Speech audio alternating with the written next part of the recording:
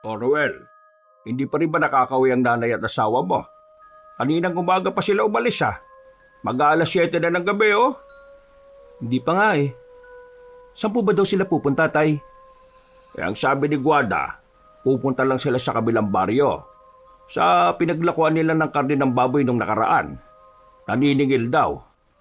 Abay medyo malaki-laki rin na halaga yun ah. Baka po kung napaano na sila sa daan ni Nympha. Ano kaya kung salubungin na lang natin? Malapit na rin naman siguro dito sa baryo natin yun. Ano ka ba? Huwag ka mag-isip ng masama, no? O siya, sige. Kunin mo yung lampar at itak natin. Aalis tayo para sunduin sila. Ay, Diyos ko. Sana naman walang masamang nangyari sa kanila. Sana nga po, tay. At teka, ang buntot ng pagi, dadalhin ko rin po ba? Wag na. Hindi naman tayo makikipaglaban sa mga aswang ah. Itinatago ko nga yun kasi wala rin namang mga gumagalang nila lang sa paligid. Isa pa, hindi komportable ang nanay at asawa mo ron. Ewan ko nga ba sa kanila? Simula nung umuwi sila nang wala sa kanilang sarili, marami na po nagbago sa kanila eh. Kaya nga naghahanap ako ng posibleng lunas sa karamdaman nila.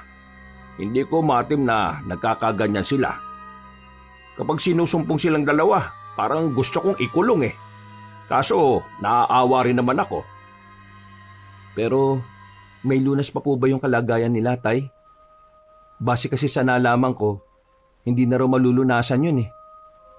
Yan din ang pagkakaalam ko. Pero, hindi nawawala sa akin ang pag-asa na balang araw. Mahanap ko yung gamot para sa kakaibang karamdaman nila.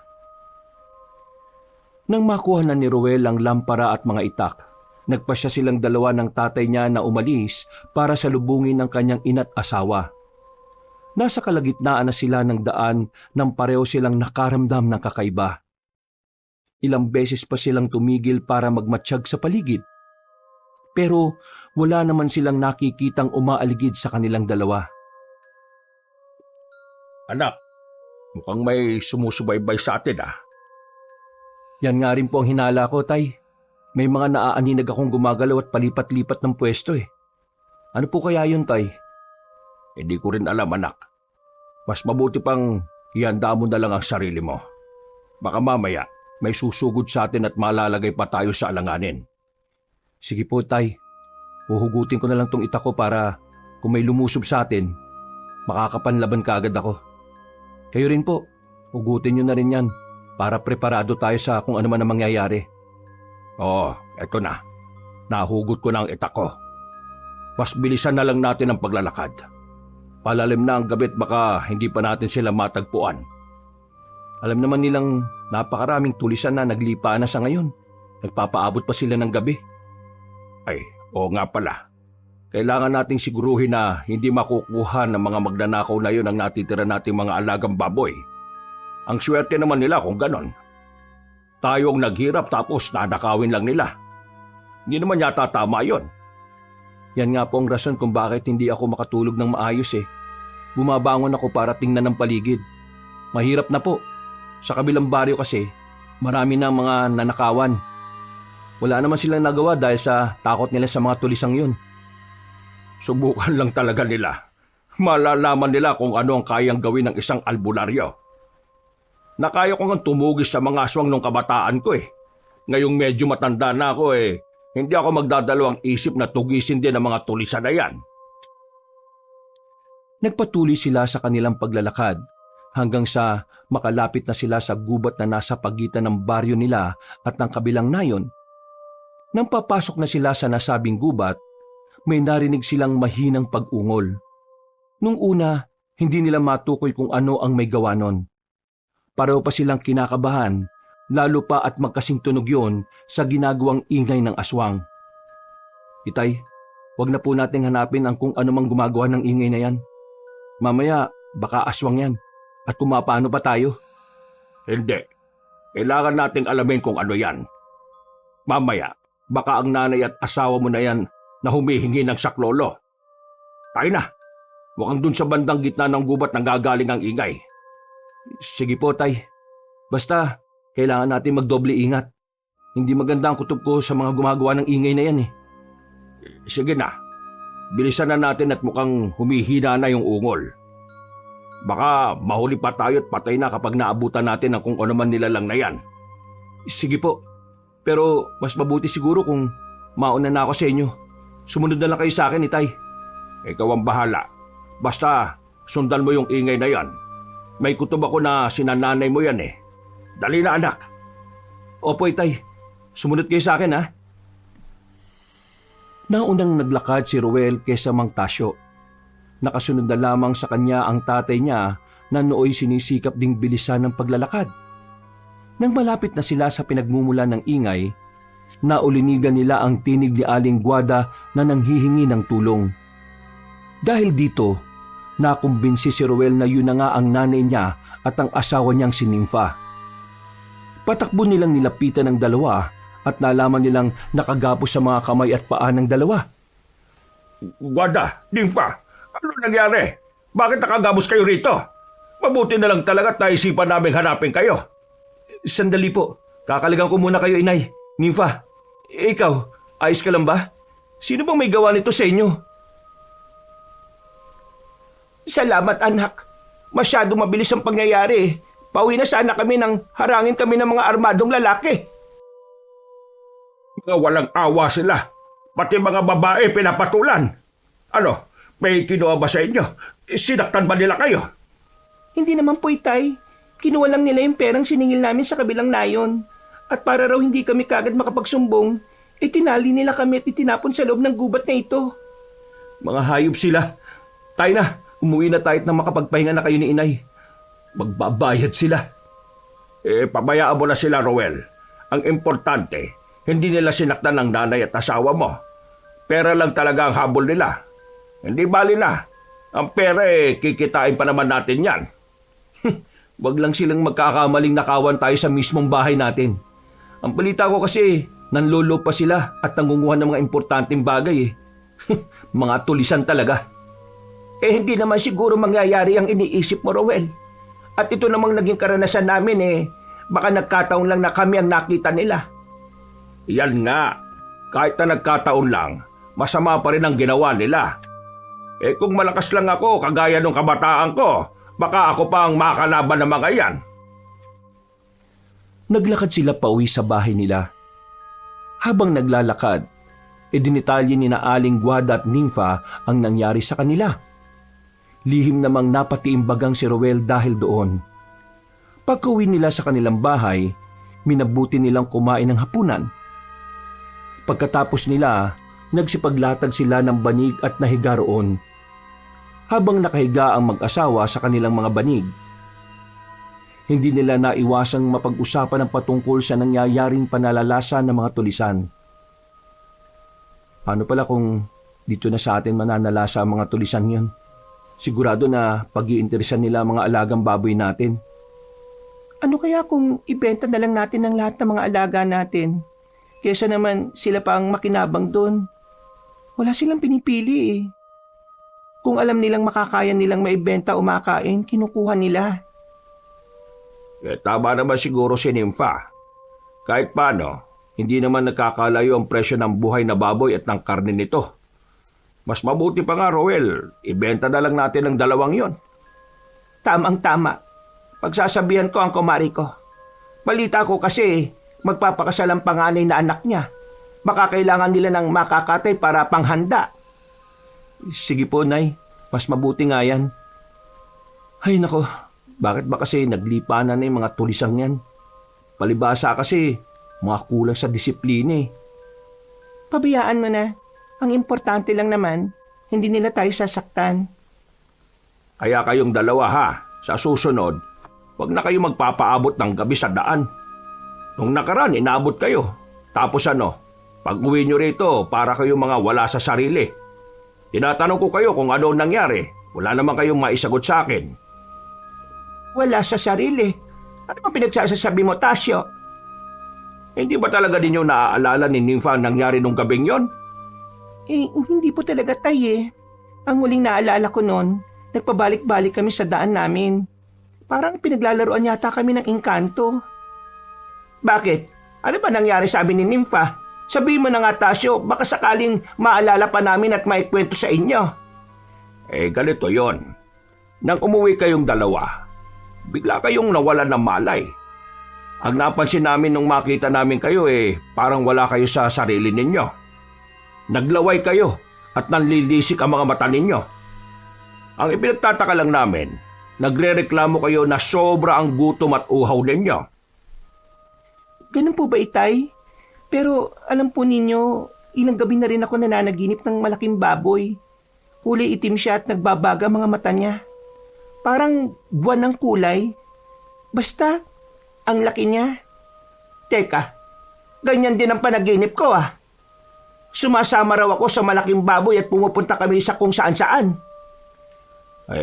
Pabayaan na ninyo yan. Panaginip lang naman yan Baka kung may mas malalim pang kahulugan yan. Sasakit lang ang ulo natin sa kakaisip. Sige na. Matulog na tayo. Alam kong pagod kayo dahil sa nangyari. Mas mabuti pa nga. Hanggang ngayon, sumasakit pa rin ang mga paa at kamay ko dahil sa pagkakagapos Nagpasya na silang lahat na matulog. Makaraan ng ilang oras, naalimpungatan si Ruel dahil sa ingay na naririnig niya. Agad niyang naisip na baka mga tulisan niyo na gustong nakawi ng mga alagang baboy nila. Dahil dito, bumangon siya para kumuha ng gasera at itak. Napalunok siya ng kanyang laway nang mapagtanto niyang wala sa tabi niya si Nympha. Napalingon din siya sa banig ng mga magulang niya. At mas nagtaka siya nang malaman niyang wala rin doon ang nanay Guada niya. Minabuti niyang lapitan ng tatay niya at gisingin ito. Tay, umalis ulit sila nanay at Nympha. Sigurado ko na nawala na naman sila sa mga sarili nila. Anong gagawin natin? Nalinti ka na. Sige, hahanapin natin sila. Baka mamaya kung ano pa ang isipin at gawin ng mga taong makakakita sa kanila. Akin na yung itak at gasera. Dali! Hawak ko na po, Itay. Sige na. Bilisan natin at baka maabutan pa natin silang dalawa. Siguradong hindi pa naman sila nakakalayo. Paano mga alagang baboy natin? Baka kung pumunta dito mga tulisan at nakawin nila yan. Pabayaan mo na muna. Bilisan natin at para maabutan natin si nanay mo. Mas mahalaga sila kaysa sa mga baboy na yan. Sige po. Tayo na po. Hindi pa naman gaano matagal nang makarinig ako ng ingay sa labas Sigurado po na sila yun. Doon sa silangan, may mga naririnig akong ingay ron. Sigurado na silang dalawa na yon. Ay naku Diyos ko, ano bang nangyayaring ito? Ano bang pwede kong igamot sa kanila? Ano kaya kung magtanong-tanong po tayo sa ibang mga albularyo? Sigurado na may mga alam din po sila patungkol sa bagay na yan, Itay. Pagkababa nila sa bahay nila, agad nilang sinuyod ang buong baryo nila. Nasa kalagitnaan sila ng paghahanap kay Aling Guada at Nympha nang makarinig sila ng mga igik ng baboy. Nagkatitigan ng mag-ama at nagkayayaan na puntahan ang pinagmumula ng ingay. Malayo pa lang sila, nakita na nila ang 5 kanayo nilang may pinaliligirang 2 malaking baboy. Anak, halika. Mukhang pamilyar sa akin yung 2 baboy na yun Nakita ko sila nung nakarang linggo na umaaligid sa labas ng bakuran natin. Ako rin po, Tay. Nakita ko sila nung nakaraang gabi. Teka, nung makita mo ba sila, nasa bahay po ba si nanay at si Nympha? Bakit mo naman na itanong, Ruel? Teka, sandali. Parang hindi ko na maalala Ay tama, wala sila nung gabing yon. Yun ang unang beses na kinutuban ako ng hindi maganda sa kanilang dalawa. Ako rin po, Tay. Nang makita kong 2 baboy na yan, wala rin si Nympha at si Nanay Guada sa bahay. Umalis sila nung mahimbing ng tulog natin. At kanina, nagising ako dahil sa ingay. Anong ingay ba narinig mo? Kung hindi ako nagkakamali, igip ng baboy. Pero mahina lang. Parang naghahanap ng madaraanan. Kung ganon, halika na. Aakuin natin ang baboy na yan bilang mga alaga natin. Sige po, Itay. Tayo na. Mukhang balak saktan ng mga taong 2 yan Mas bininisan pa nila ang paglalakad hanggang sa makarating sila sa tapat ng mga lalaki. Nang makita sila ng mga kalalakihan, Tinanong sila kung sa kanila ba ang dalawang malalaking baboy. Hindi naman nagdalawang isip ang mag-ama na akuin ang pagmamay-ari ng dalawang hayop. Sinabi nila na nakatakas ang mga ito sa kulungan nila. Kaya agad nila itong hinanap. Napatango na lang ang mga kanayo nila at iniwan sa kanila ang mga baboy. Ano pong gagawin natin sa dalawang to, Tay? Ano ka ba naman, anak? Siyempre, iuuwi natin sila. Kailangan walang ibang makakakita ng kanilang pagpapalit ng anyo. Maging sila hindi nila alam na naging ganyan sila. Kaya tara na. Gabayan natin sila hanggang sa makauwi tayo. Sige po. Kayo na po nasa likuran at ako naman ang unahan. Masanay po kasi akong gumabay ng mga baboy eh. Bilisan lang po natin at baka ninanakaw na yung mga tunay na alaga natin. O siya, sige. Tayo na. Bukas din, maghanap na tayo ng pwedeng igamot sa nanay at asawa mo. Hindi pwedeng manatili silang ganyan. Mahirap gamutin kapag nakakakain na sila ng sariwang karne. Sa palagay niyo po ba, hindi pa talaga sila nakakakain ng karne ng tao? Bakit po nakakaganyan sila? Malakas ang kutob ko na hindi pa. Hindi pa sila gaanong agresibo eh. Kung agresibo na sila, siguradong kawawa yung mga tulisan sa kanila ng gabing matagpuan natin sila sa gubat. Sa bagay po, may punto naman po kayo. At kung nakakain man sila ng karne ng tao, di sana natagpuan natin silang duguan. O kung hindi man malansa sila. Kaya nga, Ruel, basta sisikapin kong makahanap agad ng gamot. Kung kinakailangan kong tumungo sa bundok para malaman kung anong pwedeng igamot sa kanila, gagawin ko. Huwag po kayo mag-alala, Tay. Kasamahan ko po kayo. Wag na. Walang makakasama ang dalawa dito kung sakali. Hindi naman po sila sinusumpong gabi-gabi Ikandado na lang po natin siguro yung bahay para makasiguro tayong hindi sila makakalabas. Ayaw ko sanang gawin yan pero sige. Mas mabuti pa nga, Ruel. Bukas, mamumundok tayo. Susubukan nating mangalap doon ng pwedeng igamot. Bahala na ang gabay ko sa pagtuturo kung anong gamot ang kailangan natin. Sige po, Itay. Baka sakaling may mahanap naman tayo Basta, tiyakin na lang natin na hindi tayo lulusobin ng mga tulisan. Baka simot po lahat ng pinaghirapan natin pag nagkataon. Dahil sa kanilang pag-uusap, hindi na nila namalayang nakarating na sila sa tapat ng bakuran nila. Minabuti nilang dalawa na dalhin na muna ang dalawang baboy sa isang malinis na kulungan para doon na muna sila magpalipas ng gabi. Nang masiguro nilang hindi na makakalabas sa mga yon, nagpasya na ang mag-ama na magpahinga ulit. Napagkasunduan nilang maaga pa silang aalis kinabukasan para mangarap ng posibleng gamot sa karamdaman ni na Aling Guada at Nimfa. Sinabi rin ni Mang Tasyo kay Ruel na wala na silang panahon para magtanong pa sa ibang albularyo dahil baka lalong lumala ang sakit ng dalawa.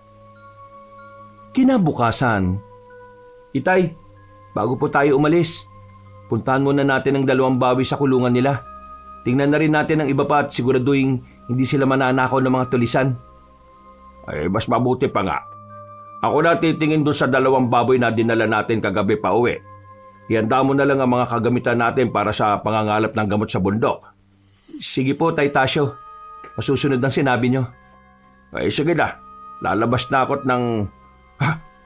Guarda! Nimfa! Mabuti naman at nakauwi na kayong dalawa. Teka, ayos lang ba kayo? Parang pagod kayong dalawa. Ano ba nangyari? Bakit nasa loob kami ng koral ng baboy, ha? Oo nga, nakahubot-hubad din kami. Buti na lang talaga may naiwang damit na nakasampay sa labas. Ano ba nangyari? Anong ginawa niyo sa amin? Wala ba talaga kayong naaalala? Kagabi kasi, munti ka na kayong sakta ng mga kanayon natin. Mabuti na lang at dumating kami ni Roel. Baka nakatay na nga kayo nang wala sa oras kung wala kami. Minabuti na lang naming ilagay kayo sa koral ng baboy para hindi na kayo makaalis. Hindi namin alam kung ano ang posibleng mangyari habang wala kayo sa inyong sarili. Teka, wag niyong sabihin na naging mga baboy kami. Siya nga, naging mga baboy kayo. Ang hindi ko lang talaga maintindihan wala kayong maalala at wala kayo sa inyong mga sarili kapag nagiging ganong kayo. Hindi kaya ganun talaga nangyayari kapag may ganyang karamdaman? Siguro nga anak. Ay teka, Wanda. Ngayon nandito na kayo. Aalis na muna kami ni Rowel. Mamumundo kami para maghanap ng posibleng gamot dyan sa sakit ninyo. Teka, wala naman kaming sakit Ano ba pinagsasabi ninyo? Yang nangyayari sa inyong dalawa ni Nympha, may tuturing na sakit yan. Pero kung hindi talaga magagamot at marami pa kayong mahahawaan, sigurado na magiging sumpa na yan sa pagkatao ninyo. Ruel, babalik din pa kayo kagad? Natatakot ako Baka pumunta ang mga tulisan dito. Natatakot na akong makasagupa ulit sila. Babalik kagad kami kapag may nahanap na kami kagad na gamot. Sa ngayon, dito na lang muna kayo. Kapag dumating ang gabi, isara nyo ng maigi ang mga bintana Ikandado na rin ninyo ang mga pinto at nang hindi kayo pasukin dito. Sa mga baboy naman, lalagyan ko na lang ng tinik ang paligid ng koral para mahirapan ang mga tulisan. Bago nila manakaw ang mga baboy natin mahihirapan sila at posibleng may makahuli na sa kanila. Maganda rin po ang naisip nyo, Tay. Teka, total, nandito na rin naman si Nympha at Nanay Guada. Susunod po ako ron pagkatapos kong ihanda ang mga dadalhin natin. Tutulungan ko na po kayo ron. Mas mabuti pa nga. Sige na, bababa na ako Nang makababa na si Mang Tasyo, kinuha naman ni Rowel ang itak nila at nagdala na rin sila ng iba't iba pang posibleng pangontra sa mga nilalang na makakasagupa nila. Naganda na rin siya ng gagawin nilang sulo kung sakaling aabutin sila ng dilim sa paligid. Bababa na sana siya sa bahay nila nang lumapit sa kanya ang asawa niya. Ruel, ano ba talaga itong nangyayari sa amin? Tuwing gabi, wala naman ako natatandaan Kagabi, hindi ba't magkatabi tayong natulog? Oo, pero nung magising ako, wala ka na sa tabi ko. Mabuti nga't naisipan namin ni tatay na hanapin kaagad kayo Totoo bang nagiging baboy kami? Paano naman nangyari yun? Oo, totoo yun. Huwag kayong mag-alala. Maghanap kami ng lunas sa kakaibang karamdaman nyong yan. Teka, kung nagiging baboy kami, ibig sabihin, nagiging aswang kami? Aswang din ang humawa sa amin, Ruel. Hindi pa tayo sigurado dyan. Hindi natin alam kung aswang ba talaga sila o maging kayo man. Pero isa lang ang natitiyak namin ni tatay. May kakaibang karamdaman kayo. At kailangan naming mahanap ang gamot na yon. Sige, mag-iingat kayo sa bundok, Ruel. Umuwi kayo ng ligtas dito sa atin, Kayo rin dito ni nanay. Huwag kayong magpapapasok ng hindi nyo kilala. Posibleng makarating na rito yung mga tulisan na yun Sige, kapag sumapit ang gabi, hindi na kami lalabas. Baka kung mawala ulit kami sa sarili namin at may masmasan na lang na nasakutan na ng mga tulisan kami. Yun nga ikinababahala ko, Nympha. Pero may tiwala ako sa itaas. Hindi nila kayo pababayaan. O sige na, bababa na ako para tumulong kay tatay. Pagkatapos nito, aalis na kami at pupunta sa bundok.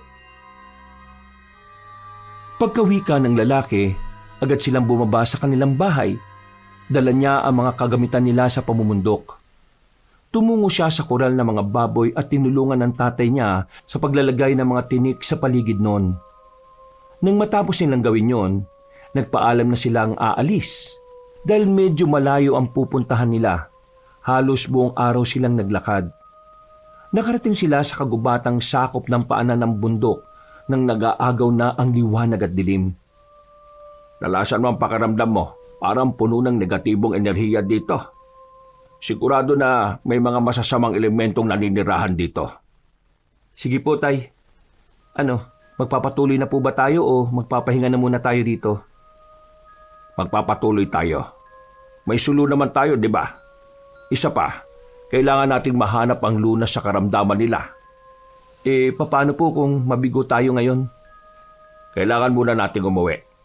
Hindi natin pwedeng pabayaan ang nanay at asawa mo. Kapag sinumpong sila, wala sila sa kanilang sarili. Baka kung ano pa ang mangyari sa kanila kapag nahuli sila ng mga tao. Sige po. Mas mabuti nga po na umuwi na lang tayo. Baka kasi kung ano pa ang gagawin ng mga tao sa kanila Ay sige, Rowel. Tayo na't pumasok muna tayo sa gubat.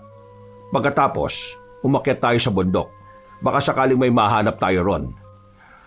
Ay, patnubayan sana tayo ng mga gabay natin. Sinimulan nilang maghanap sa gubat na nasa paanan ng bundok. Dahil hindi rin alam ni Ruel kung ano talaga ang hinahanap ng tatay niya, sumama na lang siya rito nang kung walang anumang sinasabi. Ayon pa kay Mang Tasyo, pinakiramdaman niya ang mga gabay niya at kung ano ang halamang ituturo nila. Nasa kalagitnaan sila ng pagsuyod sa kagubatan nang may marinig silang mga pag-angil. Ano po kayong gumagawa ng ingay na yun? Baka po may mga asong gubat dito, Itay. Inaan mo lang ang boses mo. Hindi yan mga aso. Kung hindi ako nagkakamali, mga aswang sila. Sige na, pabayaan na natin sila. Hindi naman nila tayo gagawa ng masama kung hindi tayo magsisimula ng gulo eh. Paano po kung may binibiktima sila? Baka kailangan natin tulungan ng kung sino mang pinagkakaisahan ng mga aswang. Sa bagay nga anak, may punto ka rin naman sa sinabi mo. Baka mamaya may tao talagang pinagtutulungan ng mga nilalang na yon. Sige na, Itay. Bilisan na lang natin. Kailangan din nating masiguro kung totoo mga aswang ang mga yon. Ay sige anak, mukhang doon nagagaling ang ingay eh. Halika, puntahan na natin. Sige po, Tay Tasyo. Habang papalapit sila roon, kumakabog na mabilis ang dibdib ni Ruel. Pinagpapawisan siya ng malapot at parang lumalakit gumagaan ang ulo niya. Sinikap niyang huwag pansinin ang takot na nararamdaman niya. Makalipas ang ilang sandali, mas nakalapit na sila sa pinagmumula ng pag-angil.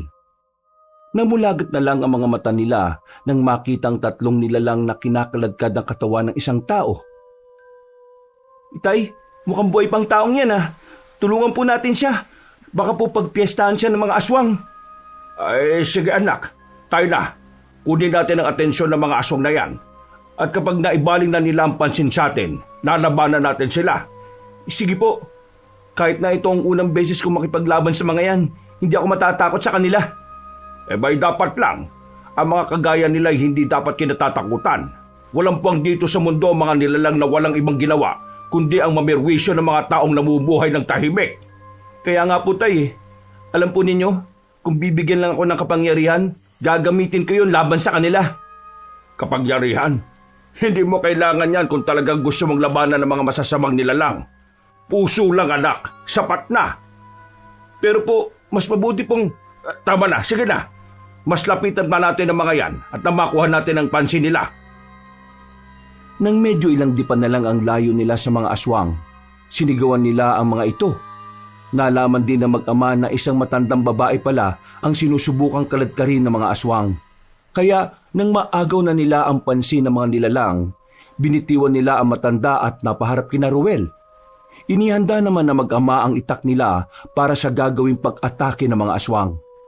Anak, sa iyo yung nasa kanan at ako naman ang bala sa aswang na nasa gawing kaliwa. Paano naman po yung nasa gitna, Tay? Baka po kung ano ang gawin niya sa matanda. Ako nang bahala sa kanya. Kapag gumawa siya ng masama, ibabaling ko sa kanya ang atensyon ko. Tingnan na lang natin ang angas ng tatlong yan. Susubukan ko ring orasyonan siya ng pamako. Sige po, para makapagpatuloy na rin tayo sa ating tunay na pakay dito. Ayan na, napako na sa kinatatayuan na yung isang aswang. Hala, papasugod na sa atin yung dalawa. Salubugin natin sila, Ruel. Dali! Masusunod po, Tay. Umanda sa atin ang mga aswang na yan. Sinalubong ni na Ruel ang mga aswang. Agad niyang tinaga ang nilalang na nakatoka para sa kanya. At kahit na maliksi ito kung gumalaw, nagawa pa rin niyang daplisan yon ng kanyang itak. Nang mga sandaling yon, nagulat si Ruel nang tumayo ang matandang babae at inatake ang isang aswang ng walang kahirap-hirap. Nang makita niyang napatumba na ng tatay niya ang nilalang na kalaban nito, mas nabuhayan siya ng loob. Kalaunan, nabuwal na rin niya ang nilalang at nagawa niyang gilitan ng lalamunan. Ano anak, patay na ba yung aswang na kalaban mo? Opo, Tay. Akala ko'y mahihirapan talaga ako eh. Nang makita ko natalo na ninyo yung mga aswang na kalaban nyo, sinikap ko na rin mapatay yung kaaway ko eh. Mabuti naman kung ganon anak. Ay teka, ang matandang pinagtulungan ng mga aswang, bakit biglang nawala? Oo nga po no, hindi ko po namalayan ah. Teka, kung nandyan yung aswang dapat, nandyan rin dapat siya. Hindi po ba? Ako bang hinahanap niya? Ay, oo. Saan ba kayo nanggaling? Sandali. Bakit tinabol po kayo ng mga aswang? Oo nga po, mabuti na lang at narinig kagad namin ang mga angil ng aswang, pati na ang pag-ungol ninyo. Ay, maraming salamat sa inyong dalawa. Kung hindi dahil sa inyo baka napatay na ako ng mga aswang na yon. Ako nga pala si Aurora. Pwede niyo akong tawaging Tandang Aurora kung gusto ninyo. Ay, ako naman si Tasyo at siya naman si Ruel, ang anak ko. Bakit po pala kayo pinagtulungan ng mga aswang? Gabi na, hindi na sana kayo lumalabas pa. Dito sa gubat na ito ang bahay ko, iho. Isa kong ermitanya. Lumabas lang sana ako para maghanap ng mga halamang gamot. Kaso, nasukol ako ng mga aswang. Kayo, bakit kayo nandito? Talaga ho, isa kayong ermitanya. Isa naman ho akong albularyo. Nandito kami ng anak ko para maghanap ng halamang gamot. May sakit kasi ang asawa ko at asawa nitong si Ruel eh. Ano bang sakit nila? Baka makatulong ako sa inyo sa paghahanap. Kabisado ko ang gubat na ito, pati na ang bundok. Hindi po namin po pwedeng sabihin, Tandang Aurora. Baka po kung ano ang sasabihin nyo. Ay, ganun ba? Ay, sige. Hindi naman ako mapilit. Pero pwede ko kayong tulungan kung gusto ninyo. Kasi ganito ho yan, Tandang Aurora. May mga pagkakataon kasing nagiging baboy sila. Wala sa sarili. Kadalasan, kapag lumalabas ho sila kinabukasan na nakakauwi at wala silang matandaan. Isa lang ang ibig sabihin yan. Nagiging aswang sila. Kung hindi ako nagkakamali, nayanggaw sila. Kaya wala sila sa sariling pag-iisip kung sinusumpong. Kapag ganap ng aswang na kasi, kadalasan natatandaan nila ang mga ginagawa nila eh. Yan nga po ang problema namin. Natatakot kami na baka malaman ng mga kabaryo namin ang lihim nila. Baka saktan sila, sunugin o palisin sa baryo namin. Tandang Aurora, may gamot ho ba sa karamdaman nila? Ni minsan kasi wala pa akong nagamot na ganyang kaso eh. Umaasa na lang ako sa mga gabay ko at sa ituturo nilang halamang gamot dito. Sige, huwag kayong mag-alala. Tutulungan ko kayo. Tayo na't puntahan natin ang halamang gamot na kailangan ninyo. Hindi ko inakala na kahit bagong yanggaw, nagagawa nilang magbago ng anyo. Matinding aswang kung gano'n ang nakahawa sa kanila. Nang mga panahong yon, pumayag si Ruel na tulungan ng matandang ermitanya. Nagsimula na rin silang maglakad at iniwan nila ang mga bangkay ng aswang doon. Habang naglalakad, ikinwento rin ni Ruel ang patungkol sa pananalasa ng mga tulisan sa kanayunan. Nagkwento rin si Tandang Aurora patungkol sa mga aswang na nakalaban niya. Malakas ang kutob ko na mga tulisan na yan ay mga aswang na kung tawagin ay tagultok. Mga aswang na kumakain ng kapwa aswang at mga yanggaw. Kung ganun nga po, ibig sabihin, nanganganib ang asawa at ina ko. Itay, hindi natin dapat pabayaan si Nympha. Aswang na tagultok? Aba, pamilyar sa akin ang mga aswang na yan ah. Minsan nang nakasagupan ng tatay ko mga nilalang na yan, pero hindi niya nagawang matalo ang pinulo nila. Kailangan makuha niyo ang gamot at mapainom agad sa kapamilya ninyo. Maaamoy sila ng mga tagultok kapag nanatili silang mga aswang. Hali kayo, sa bandang dulo ng gubat na ito, malapit sa ilog, nandoon ang halaman na kailangan natin. Teka po, wala ba mga bantay ron? Baka po may kung ano po tayong makakasagupa ron ah. Yan ang hindi natin alam anak. Maganda ka na lang. Kung ano man ang nilalang na naroon, hahanapin natin siya. Kung manlalaban, lalabanan natin. Patayin kung kinakailangan. Basta kailangan makuha natin ang halamang gamot na hinahanap natin. Nagpatuloy sila sa paglalakad hanggang sa marinig ni Ruel ang lagaslas ng tubig. Batid niyang malapit na sila sa ilog, kaya mas nauna na siyang naglakad sa dalawa niyang kasama. Makaraan lang ang ilang sandali. Napatigil siya sa paghakbang. May naamoy siyang malansa at may naulinigan siyang kaluskos. Dahil dito, napalingon siya sa dalawa niyang kasama para sabihin ang napansin niya. Ihandaan niyo ang sarili ninyo. Mukhang may mga aswang sa paligid. Siguradong sila ang nagbabantay rito. Bakit po kaya nila binabantayan yon? Bakit po hindi rin sila kumukuha para magamot ang mga sarili nila? binabantayan nila ang mga halamang nandito dahil ayaw nilang may makakuha ng gamot. Kapag kasi may kumukuha, ibig sabihin mababawasan at malulunasan ang pagiging aswang ng kung sino man.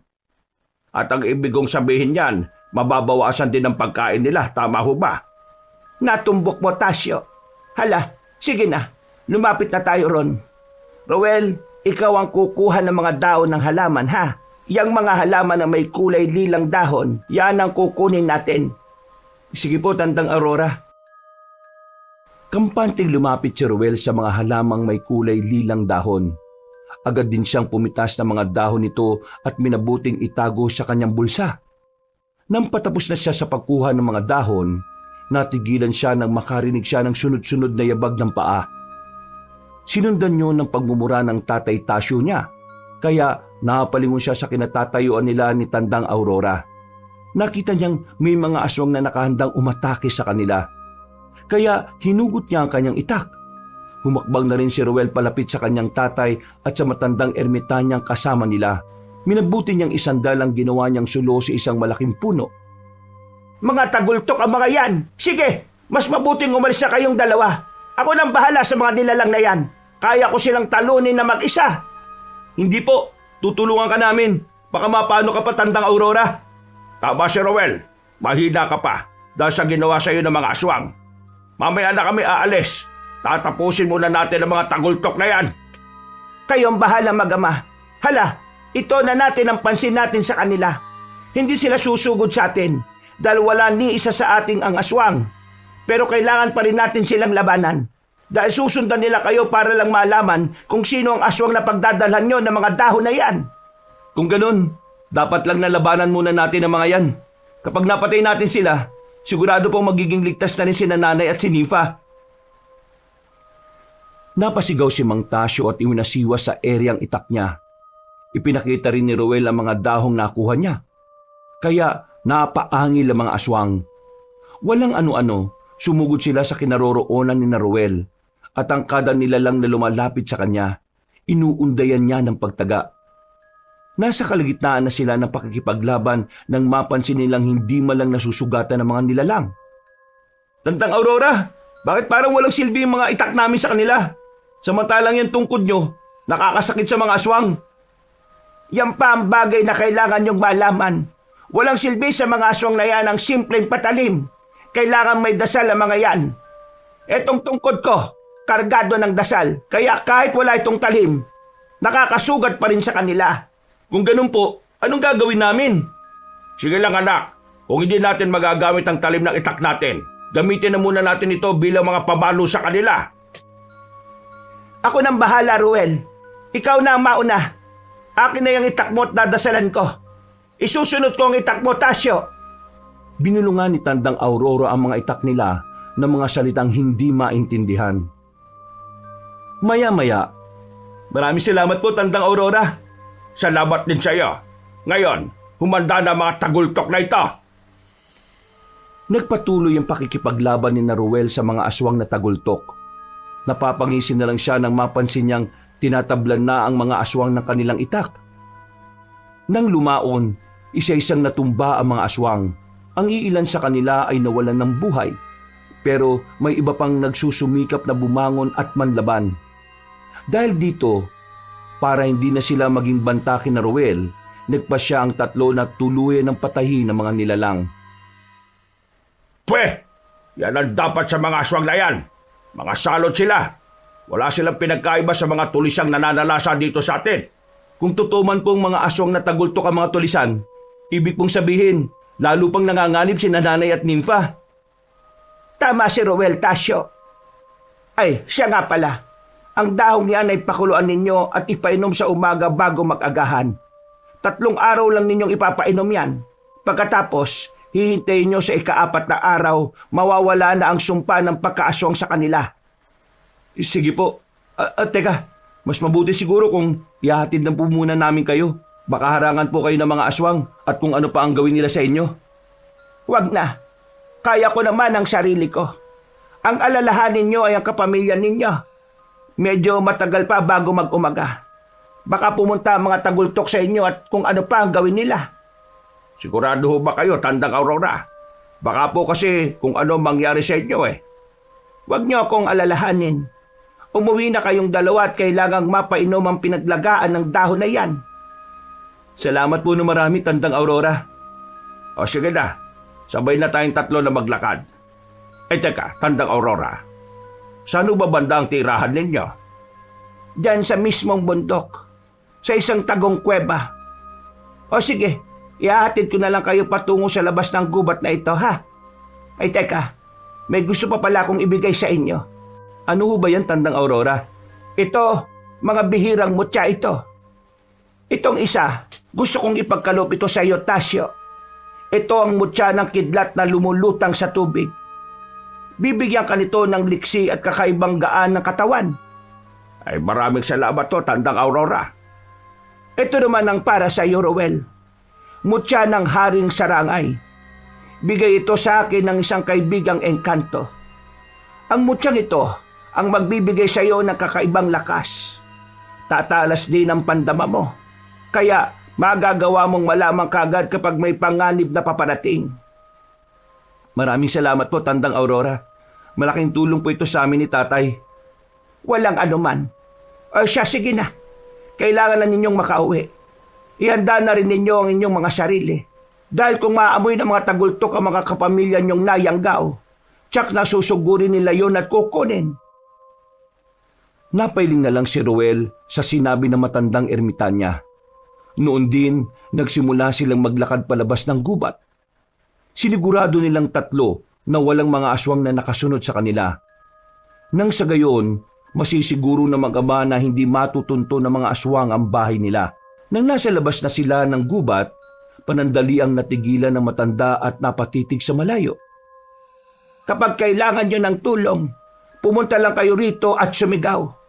Lalabas agad ako sa kuweba ko para salubungin kayo. Maraming salamat to, Tandang Aurora. Isang malaking karangalan ang makilala ka namin. Balang araw po, makakaganti rin kami sa inyo. Dahil sa mga pagtulong niyo sa amin ni Tatay. Huwag na ninyong isipin yan. Ang mahalaga, ligtas niyong nakuha ang dahon na makakagamot sa pagkayanggaw ng asawa mo at saka sa iyong nanay. Ay, paano ho? Mauna na ho kami, Tandang Aurora. Maraming salamat huli. Mag-iingat po kayo dito. Paalam po. Nagsimula na maglakad pauwi sa kanilang nayo na mag-ama. Nang medyo nakalayo na si Rowel, nilingon pa niya ang kanilang pinanggalingan, pero wala na roon na matandang ermitanya. Nang mga panahon ding yon, nakaramdam ng kakaiba si Rowel. Sobrang gaan ang katawan niya. Napansin din niyang naging mas matalas ang pandama niya, kaya napangiti na lang siya. Kalaunan, nakarating na sila sa kanilang baryo. Itay, parang sobrang tahimik ng nayo natin ha. Pakiramdam ko, may kakaibang nangyayari. Ano bang ibig mong sabihin, anak? Ewan ko ba? Hindi maganda kutob ko eh. Bilisan na lang po natin ang paglalakad at na makauwi na tayo. Sana walang masamang nangyari kina Nanay at Nympha. Alam na rin naman nila ang gagawin nila. Isa pa, isinarado na rin naman siguro nila yung mga bintana at pinto. Hindi naman sila siguro mapapasok ng mga tulisan.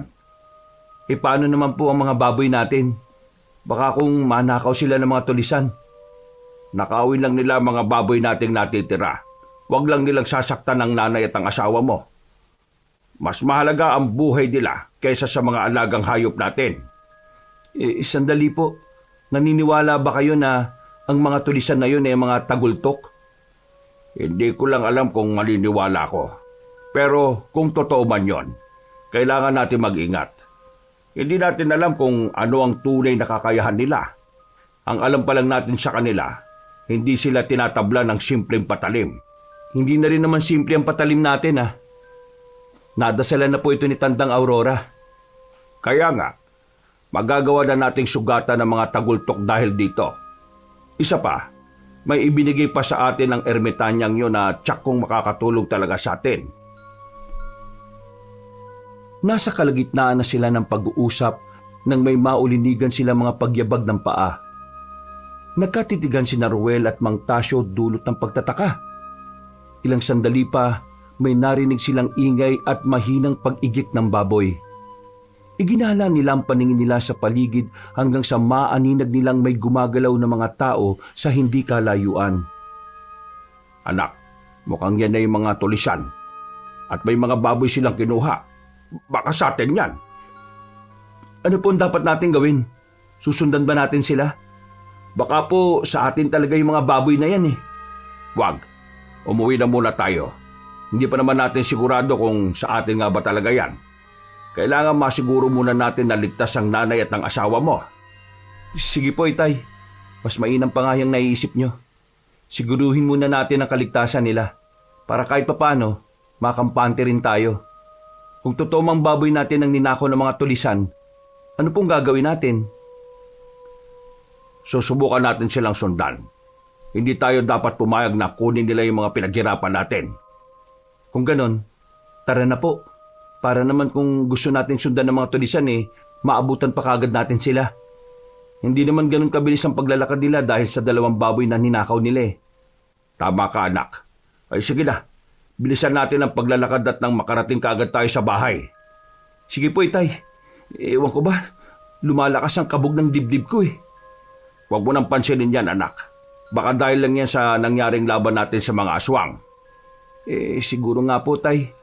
O sige, susubukan kong wag nang pansinin ito. Dahil sa pagkukwentuhan nila habang naglalakad, hindi nila namalayang malapit na sila sa kanilang bahay. Nagtaka pa ang mag-ama at agad na kinutuban ng hindi maganda nang mapansin nilang nakatiwangwang ang pinto. Dahil sa napansin nila, patakbo silang lumapit doon. Ilang beses silang tumawag kina Aling Guada at Nympha, pero walang sumasagot. Tumakbo na silang pareho papasok sa bahay at nabahala sila ng mapagtantong wala roon ng 2. Hindi ito maaari. Kung hindi ako nagkakamali, yung 2 baboy na tinangay ng mga tulisan ay sina Guada at Nympha. Ano ba naman to? Kung kailan natin nakuha ang gamot para sa kanila, saka pa sila mananakaw ng mga demonyong tulisan na yon. Hindi po natin sila kailangan babayaan, Itay. Sundan natin ang mga tulisan na yon. At kung tamang hinala natin, babawiin natin si Nanay at Nympha. Sige, pero bago ang lahat, tingnan na muna natin kung nandun pa sa kural yung mga baboy. Kung wala na ron, posibleng yun lang ang ninakaw ng mga tulisan. Ang asawa at nanay mo naman, baka kung saan na napadpad. Tara na po, kapag nandiyan pa ang mga baboy natin, kailangan natin sundan kagad yung mga tulisan na yun. Humanda ang mga taong labas na yan. Hindi ako makakaramdam ng awa dahil sa ginawa nila. Hindi ko sila mapapatawad kapag may ginawa silang hindi maganda sa asawa ko, pati na kay Nympha. Ewan ko nga ba kung paano nila nakuha ang 2. Malinaw naman ang habilin natin na huwag silang lalabas, di ba? Baka naman nawala na sila sa sarili nila at nang buksan nila, agad silang nagpalit anyo. Baka nagkataon na umaaligid sa baryo natin ang mga tulisan at naaktuhan nila sina Guada at Nympha. Kung hindi sila mga aswang, pag-iinteresan pa rin po nila si Nanay. Paano naman kasi kapag nag-aanyong baboy sila, mas malaki sila kaysa sa karaniwan at mas mahaba pa ang katawan? Aba, kung kakarnihin nila mga yon, tiba-tiba sila kung nagkataon. Yan ang hindi natin papayagan. Babawi natin ang nanay mo at ang asawa mo. Kahit napatayin ko pa silang lahat, wala akong pakialam. Lalabanan natin sila kung kinakailangan. Kung mga aswang man sila, mas mabuti nga. Kinakailangan maubos na mga salot sa lipunan na kagaya nila. Basta, uunahin natin palagi ang kaligtasan ng asawa at ng nanay mo. Opo, Tay, yan ang prioridad natin. Nang makalapit sila sa kural ng baboy, napamura ang mag-ama ng mapagtantong nandoon ang mga alaga nila. Nakumpirma nilang si Aling Guada at Nympha lang ang kinuha ng mga tulisan. Kaya noon din, iniwan nila ang sulo nila. Maging ang mga dahon na siyang gagamiting lunas sa kakaibang karamdaman ng 2. Noon din, tumakbo sila para balikan ang dinaanan nila. Sa tulong ng liwanag na mula sa buwan na kalilitaw pa lamang sa langit, hindi sila nahirapang baybayin ang daan. Dahil sa kakaibang bertud nilang mag-ama na nagmumula sa mutya nila, mas naging mabilis ang pagtakbo nila. Makalipas lang ang ilang minuto, nakita na nila ang mga tulisan. Sandali, tumigil muna tayo sa kakatakbo, Tay. Bakit naman? Paano kung makalayo na mga yan? May nakita kasi ako mga nilalang na gumagalaw. Baka may iba pang mga nilalang na nakabang sa atin. Tingnan natin kung ano yung relasyon ng tulisan na yan sa mga nilalang. Na kung hindi ako nagkakamali, mga aswang. Hindi kaya yan ay mga tagultok? Yan din po ang hinala ko, pero kung hindi nila sasaktan ng mga tulisan para lang makuha ang mga baboy na ninakaw nila, sigurado na iisa lang ang lahi nila. Ang mga demonyo, nagsama-sama pa talaga.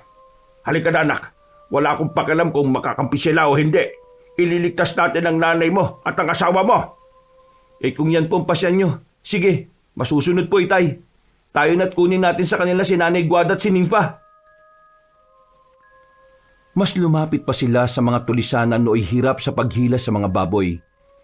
Ng mga sandaling yon, napansin ni Ruel na may suot pang salawal ang dalawang hayop, kaya napagtanto nilang mga aswang ang mga yon.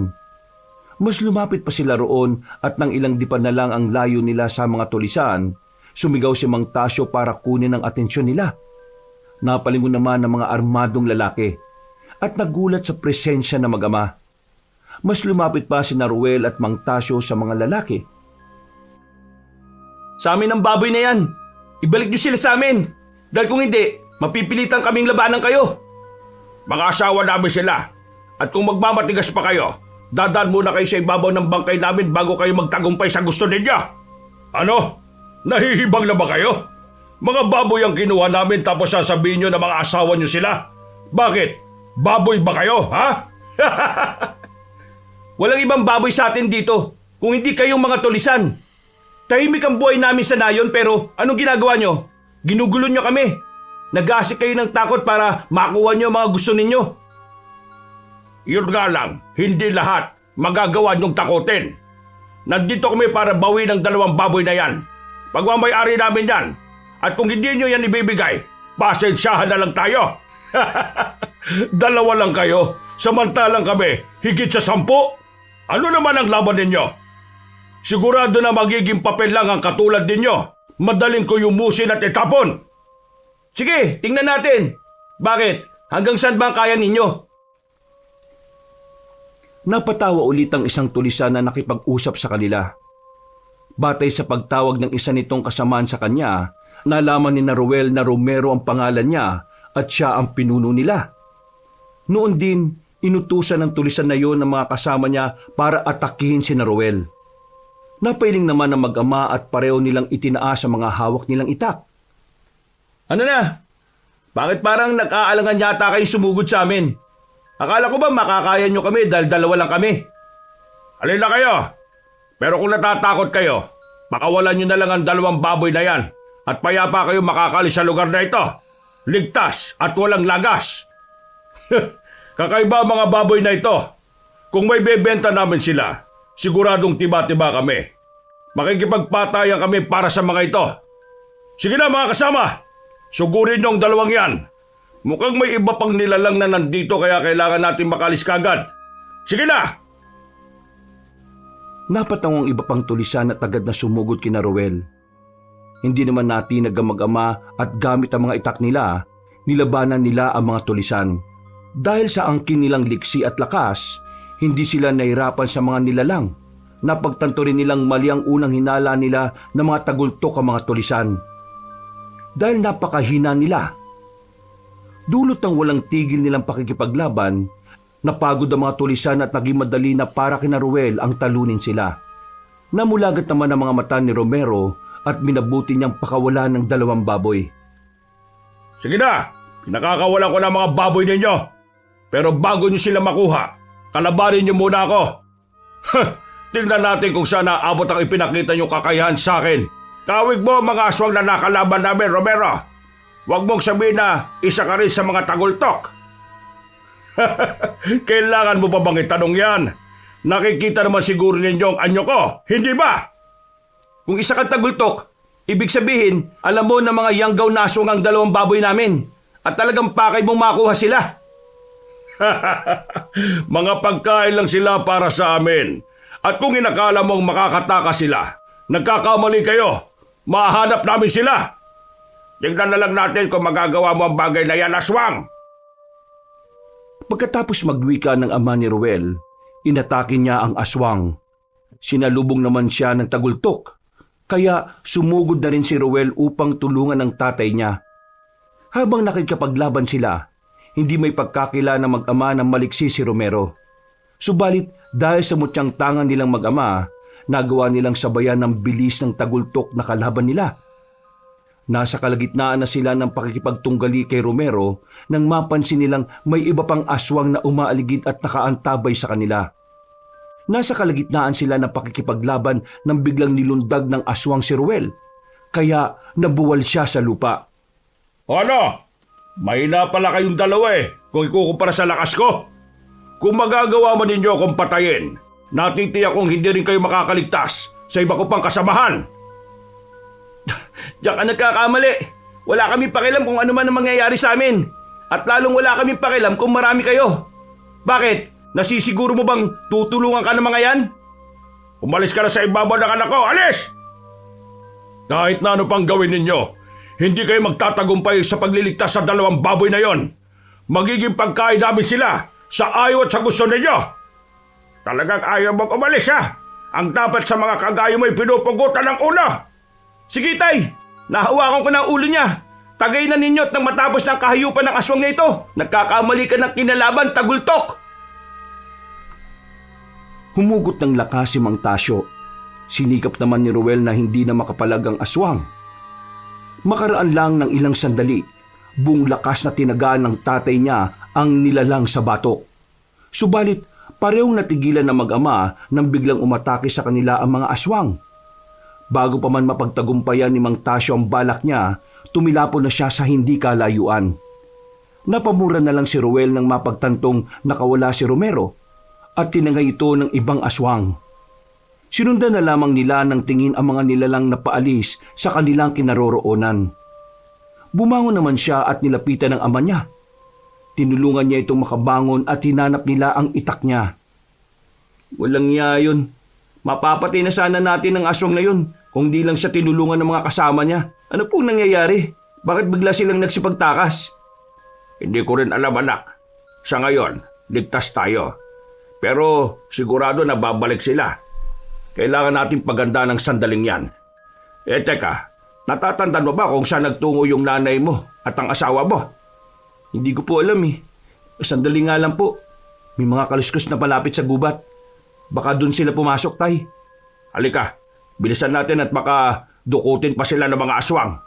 Sige po, tay. Pero naisip ko lang po, bakit hindi naging mga tagultok ang mga tulisan na una nating nakalaban? Samantalang nagpakilalang si Romero, nagpalit siya ng anyo at naging isang aswang. Posibleng mga utusan lang sila. Baka sila ang nagdudukot ng mga magiging biktima para dalhin sa mga mas nakakataas sa kanila. Baka ang Romero na yon ay siyang namamahala sa kanila at nagsisilbing pinuno. Pero malakas ang kutob ko na ang Romerong yun ang talagang pinakapinuno yan din ang hinala ko. O sige na, bilisan natin ang paglalakad at baka hindi na natin maabutan ng nanay at ang asawa mo. Pinuntahan nila ang bahagi ng gubat kung saan nila narinig ang mga ingay. Hanggang sa maaninag na nila ang dalawang baboy na animoy hindi alam kung saan pupunta. Lalapitan na sana nila mga yon pero natigilan sila na makarinig sila ng ilang ulit na pagtilaok ng tandang sa kanayunan. Napagtanto nila na marahil yun ang dahilan ng biglang pag-alis ng mga aswang. Namulagat naman ang mga mata nila nang makita nila kung paano nagpalit ng anyo sina Aling Guada at Ninfa. Mula sa pagiging baboy na may pambihirang laki, naging mga normal na tao silang dalawa. Noon din, patakbong lumapit ang mag-ama kina Aling Guada. Guada, Ninfa, Diyos ko, mabuti na lang at walang masamang nangyari sa inyo. Sinabihan ko na kasi kayong huwag nang lumabas kapag sumapit ang gabi Mabuti na lang po't nakauwi kami kagad, Nay. Kung inumaga pa kami, baka nagtagumpay na yung mga tagultok na yon. Pasensya na kayo, Tasyo. Ewan ko ba? Nang medyo nawawala na kasi kami sa sarili namin, niyaya ko si Ninfa na pumunta sa koral ng mga baboy. Balak sana naming manatili roon hanggang sa mag-umaga. Bago po maging blanco ang isipan ko, may nakita ko mga armadong lalaki na papunta sa amin. Yun lang ang huling natatandaan ko. Pagkatapos, nawala na rin ako sa sarili ko. Mga walang yan tulisan na yun. Sigurado ko na nagiging mga tulisan din yung mga aswang na tagultok na yun eh. Maliban sa pananakot at pagnanakaw ng mga tao, may iba pa silang pakay. Ang hawaan at yang gawin ang ibang tao para maging pagkain nila. Nympha, Guarda, wag na kayo mag-alala. Nakuha na namin ang halamang gamot na magiging lunas sa kakaiba niyong karamdaman. Tayo na, umuwi na tayo nang makapagpahinga tayo. Malapit na rin mag-umaga eh.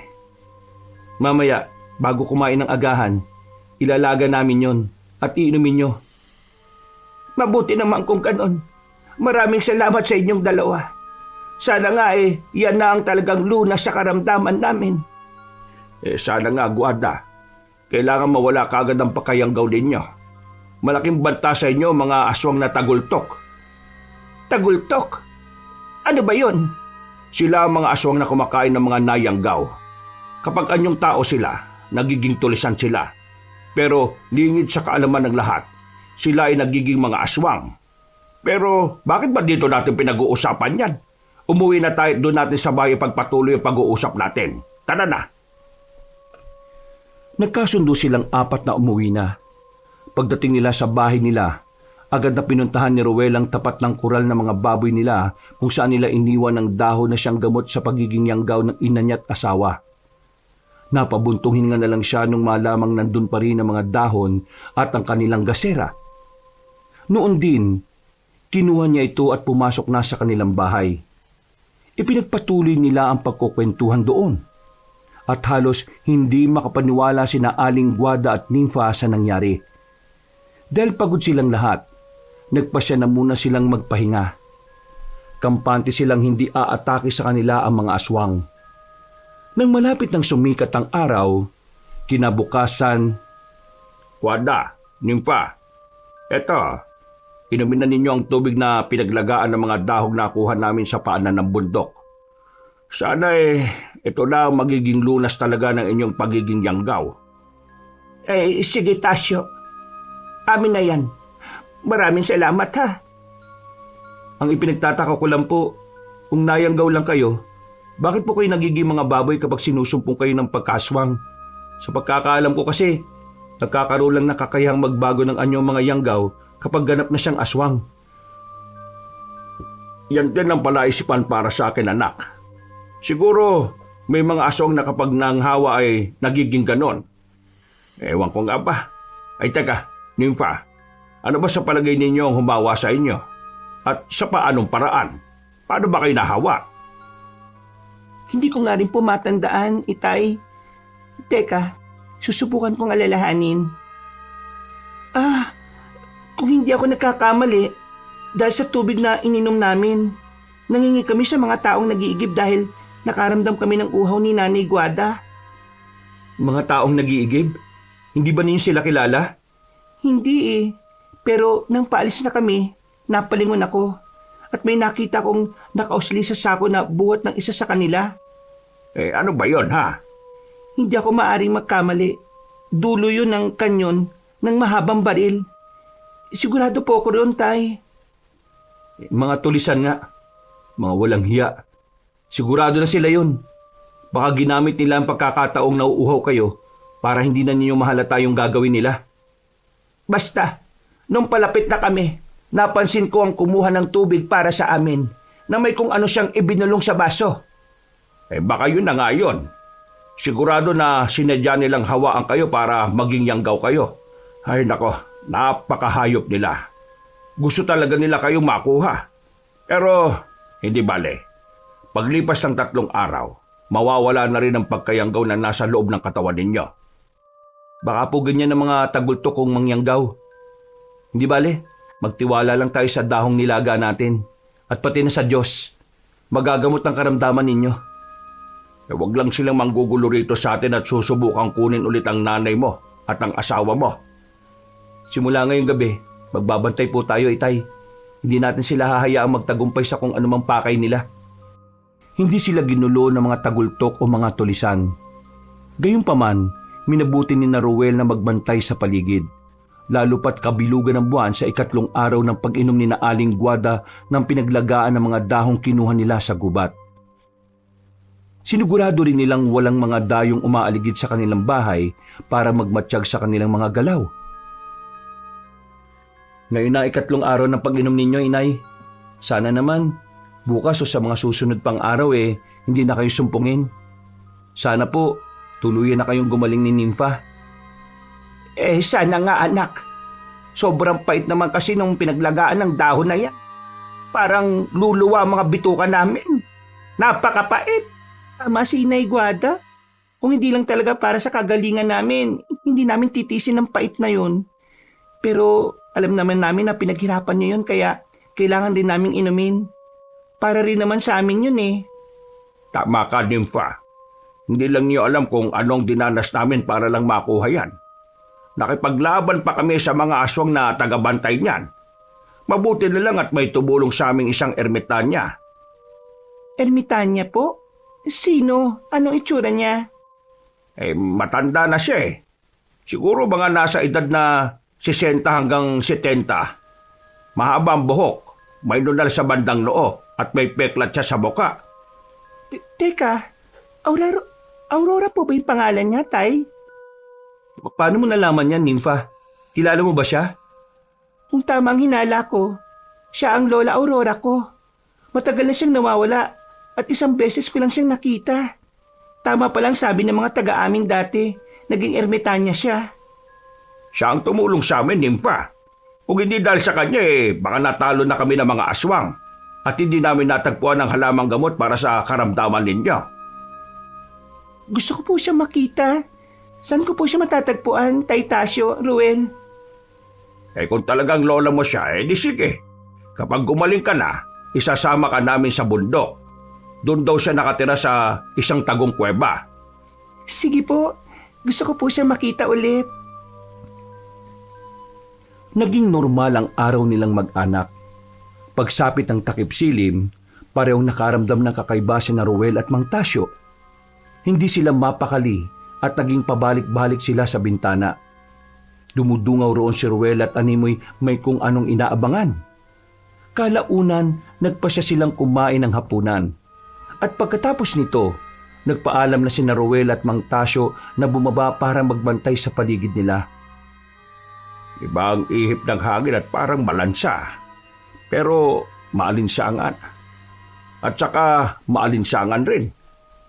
Mahinala akong aatake yung mga tagultok ngayong gabi. Kailangan po natin maganda, Tay. Sige.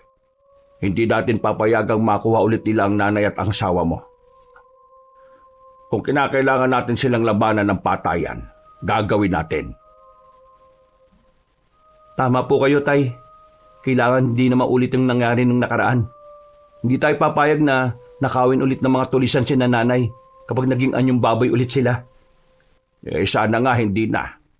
Natapos na nilang 3 araw ng pag-inom ng pinaglagaan ng dahong nakuha natin sa gubat At sana, totoo ang sinabi ng matandang ermitanya na yun ang lunas sa pagiging yanggaw ni Nagwada. Yan din ang dinarasal ko, Tay. Ayaw ko pong masaktan sila o makasakit man ng ibang tao. Natigil na lang ang pagkukwentuhan nila nang makarinig sila ng mga kaluskos na nagmumula sa bandang likuran ng bakuran nila.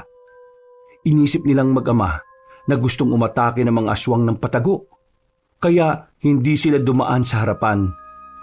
Saktong nandun na sila sa likuran, pareho silang nagtaka nang makarinig sila ng pag-igik ng mga baboy. Kasunod nito, narinig din nila ang pagsigaw ni na Aling Guada at Nympha. Itay, mukhang naisan tayo ng mga tagultok na yun Hindi ito maaari. Tayo na! Kailangan hindi nila makuha ang nanay mo at ang asawa mo sa ikalawang pagkakataon. Sige po, pero mas mabuti po siguro kung maghiwalay tayo, Itay. At kayo naman po, bumalik na lang sa dinaanan natin.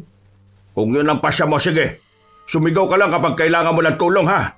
Kailangan mapigilan natin sila sa pagkuha kay Nagwada at Nympha. Sige po, Tay. Tayo na. Humanda sa akin ang mga aswang na yan kapag may ginawa sila kina nanay. Hindi ko talaga sila mapapatawad. Nang maghiwalay ang mag-ama, minabuti ni Ruel na bilisan ng paggalaw.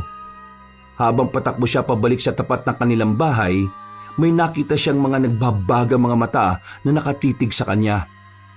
Sa halip na matakot, mas nangibabaw sa kanya ang kagustuhang mailigtas ang nanay at ang asawa niya. Walang ano-ano, narinig niya ang pagsigaw ng tatay niya. Mas binilisan niya ang pagtakbo.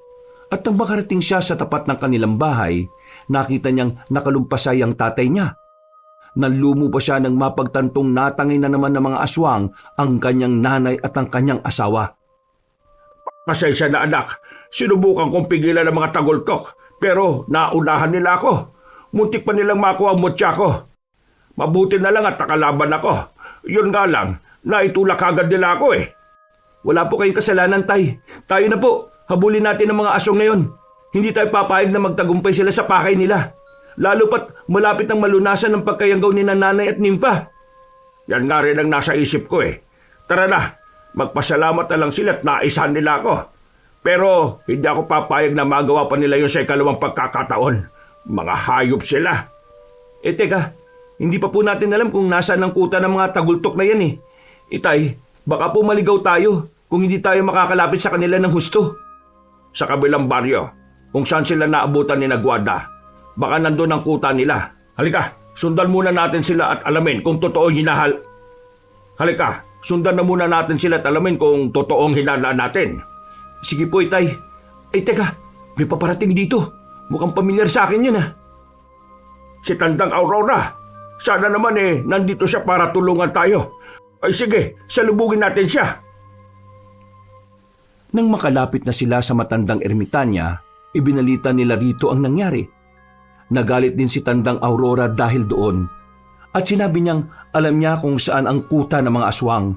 Magsisimula na sana sila sa paghabol sa mga tagultok na makarinig sila ng mga yabag na papalapit sa kanila.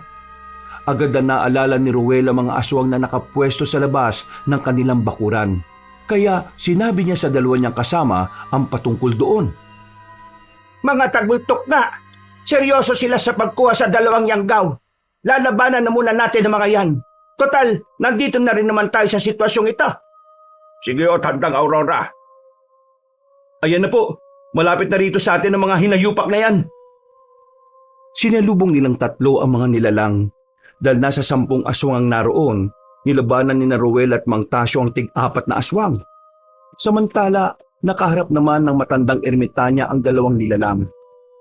Dahil sa kagustuang matalo agad ang mga nilalang na yon, itinoon ni Ruel ang pansin niya sa mga katunggal niya. Pagkalapit ang isa sa kanya, nilundagan niya ito at tinagasa ito. Inilag ang nilalang, pero dahil sa kakaibang diksi ni Ruel, nataga niya ang liig ng aswang. Kaya nabuwal ito. Nakita ng tatlo pa ang ginawa niya, kaya mas naging agresibo sila. Sabay silang umatake kay Ruel, pero ibinalibag lang sila ng lalaki.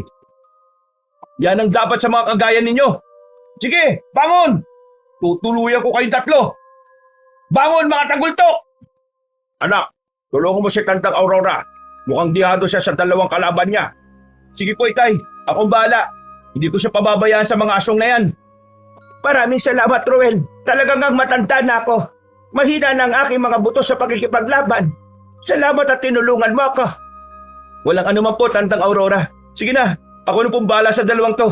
Umatras po muna kayo ng kaunti. Saktong pagkatras sa matandang ermitanya, sumugod kay Ruel ang 2 aswang. At nang makalapit ang isang aswang sa kanya, tinaga niya ito sa liig. Nakita ng isa pang tagultok ang nangyari. Kaya natakot siya. Tatakas pa sanang nilalang pero itinapon ni Ruel ang itak niya patungo sa direksyon nito. Natamaan ng aswang sa ulo na naging rason ng pagkabuwal nito. Mabilis niyang nilapitan yon para kunin ang itak niya. Napangiti na lang siya nang mapagtanto niyang wala ng buhay ang nasabing nilalang. Nang makita niyang pinagtutulungan ng natitirang 2 tagultok ang tatay niya, tumakbo siya para sumugod sa kanila. Lubayan niyo tatay ko at akong harapin niyo. Mga demonyo ko yung mga aswang kayo. Sige, Ruel. Ganyan nga. Huwag kayong matinag sa mga tagultok na yan. Hindi dapat sila kinatatakutan. Sila ang dapat na matakot sa atin. Tama si Tandang Aurora, anak. Tapusin na natin ang mga nilalang na ito para masundan ang mga aswang na tumangay kay Nagwada at Nimpa. Kapag naubos natin ang mga to, susundan kaagad natin sila. Kung naging baboy man si nanay, mahihirapan ng mga tagultok na yon dahil sa laki nila. May punto ka riyan, Ruel. Sigurado na Pagpapawisan ng mga yon. Makalipas lang ang ilang sandali, parehong nabuwala mga aswang sa lupa. Upang masiguro na hindi na sila babangon pa at makakahadlang sa kanila, ginilitan sila ng ulo ni Ruel. Sinigurado niyang dadanak ang dugo nila sa lupa at matutuyot ang mga katawan nila para hindi na mabuhay pa ang mga nilalang na yon. Tayo na. Baka kung ano pa ang gawin ng mga aswang na yung kinagwada. Kailangan bilisan natin ang paggalaw. Sige po, pabayaan na muna natin ang mga katawan ng aswang na ito. Pagka-uwi na lang natin sila iligpit ng maayos at nang walang maging ebidensya. Wala naman siguro magagawi rito, hindi ba tay? Tama ka, anak. Isa pa, gabi naman at natatakot na rin lumabas ang mga tao rito sa atin. Sino ba naman ang mangangas na lumabas kung may mga tulisan at aswang na umaali-aligid? Sige na, sundan na natin ang mga tagultok. Baka mahuli pa tayo ng dating kung mag-aaksaya pa tayo ng oras. Tandaan nyo, yanggaw ang kinakain nila at hindi pa tuluyang gumagaling ang dalawa ninyong kapamilya. Yanggaw pa rin sila hanggang ngayon. Pero teka po, paano kung hindi pala talaga nagpalit ng anyo si Nanay at Nympha? Tatangin pa rin po ba sila ng mga aswang? Kahit na mga normal na tao ang anyo nila, maaamoy pa rin sila ng mga tagultok. Wala silang pakialam kung ano man ang anyo ng yanggaw. Dahil para sa kanila, pagkain pa rin ang mga yan. Para maabutan nila ang mga aswang na tagultok na tumangay kina Aling Guada at Nympha, nagmadali silang humabol dito. Sumabay na rin si Tandang Aurora sa kanila. Nasa kalagitnaan na sila ng paglalakad nang magsuwestyon ng matandang ermitanya na ibahin nila ang daraanan nila para mas mauna sila sa mga tagultok. Alam ko ang dadaanan nila, pero kung mag-iiba tayo ng landas, mauna tayo sa kanila at magagawa natin pagandaan ng pagdating nila. Mas mabuti yung kaysa habulin natin sila. Tama ho kayo. Depende po sa inyo. Kayo ang mas nakakalam ng kuta nila eh. Susunod na lang kami ni Ruel kung sakali. Oo nga po, wala tayong ibang iisipin sa ngayon kung hindi ang mailigtas si Nanay at si Nympha. Bahala na kung magkaroon man ng labanan. Basta, isasalba natin sila mula sa tagultok. Kung ganon, tayo na. Baybayin natin ang daan patungo sa kanluran para magawa nating abangan ng pagdating nila. Magbabantay tayo sa kanila sa mismong labas ng kuta nila. Mas mabuti nga ho kung ganon. Para pagkatapos masusunog natin ang kuta nila. Kailangan wala ng tagultok ang muling magkukuta rito sa kanayunan.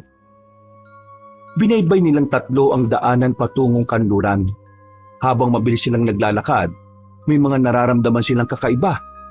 Dahil ang pakay nila ay ang mga aswang na tagultok at ang iligtas na Aling Guada at Nympha, hindi nila pinansin ang mga bagay na yon. Nang makarating na sila sa labas ng kuta ng mga tagultok, napagtanto nilang tama ang hinala nila na sila rin mismo ang mga tulisang nanalasa sa mga kanayunan. Inabangan nila ang mga yon hanggang sa matanaw na nila ang mga aswang na tagultok na papalapit sa pwesto nila. Maganda kayo. Nandito na sila. Kailangan maubos natin sila para maging tahimik na ang lugar na ito. Ang mga kagaya nila hindi dapat pabayaang mamuhay rito. Baka darating ang araw ay gagawin nilang aswang lahat ng mga nakatira dito. Yan ang pangyayaring hindi po natin dapat payagan. Hindi dapat mangyari ang ginawa nila kay Nanay Guada at Nympha. Kapag malapit na mga iyan, lalabas ako para kunin ang atensyon nila. Kilala nila ako, kaya siguradong magugulat sila. Gamitin niyo ang pagkakataon ngayon para iligtas ang dalawa. Teka, tingnan niyo, naging baboy na ang dalawang yanggaw. Ngayon lang sila nakapagpalit ng anyo. Sina Guada at Nympha, mga walang yang tagultok yan. Umanda sila kapag nakalapit na sila rito. Ruel, may bertod ako ng liksi. Ako nga atake sa kanila habang kinukuha ni Tandang Aurora ang kanilang atensyon. Sige po, lalapitan ko naman ng mga aswang na siyang nakahawak sa tali ni Nanay at ni Nympha. Ang demonyo, itinali pa talaga si Nympha. Ay sige, maganda yung plano ninyo. Basta ako ang maunang lalabas. Kayo lang bahala magsagawa ng plano ninyo. Magsasalita pa sana si Ruel nang makita nilang ilang metro na lang ang layo ng mga nilalang sa kanila. Noon din, lumabas si Tandang Aurora at tinawag ang atensyon ng mga tagultok. Nang tumigil ang mga aswang, umikot si Ruel para pumunta sa bandang likuran ng mga nilalang. Samantala, Nag-aabang naman si Mang Tasyo sa tamang pagkakataon para sumugod.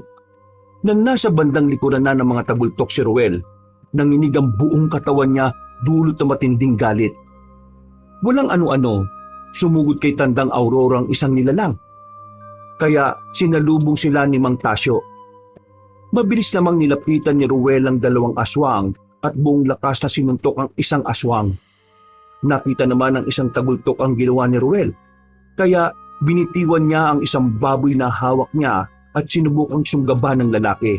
Subalit bago pa man magawa ng nilalang ang pakay niya, tinagana siya ni Ruel sa leeg. Nympha! Inay!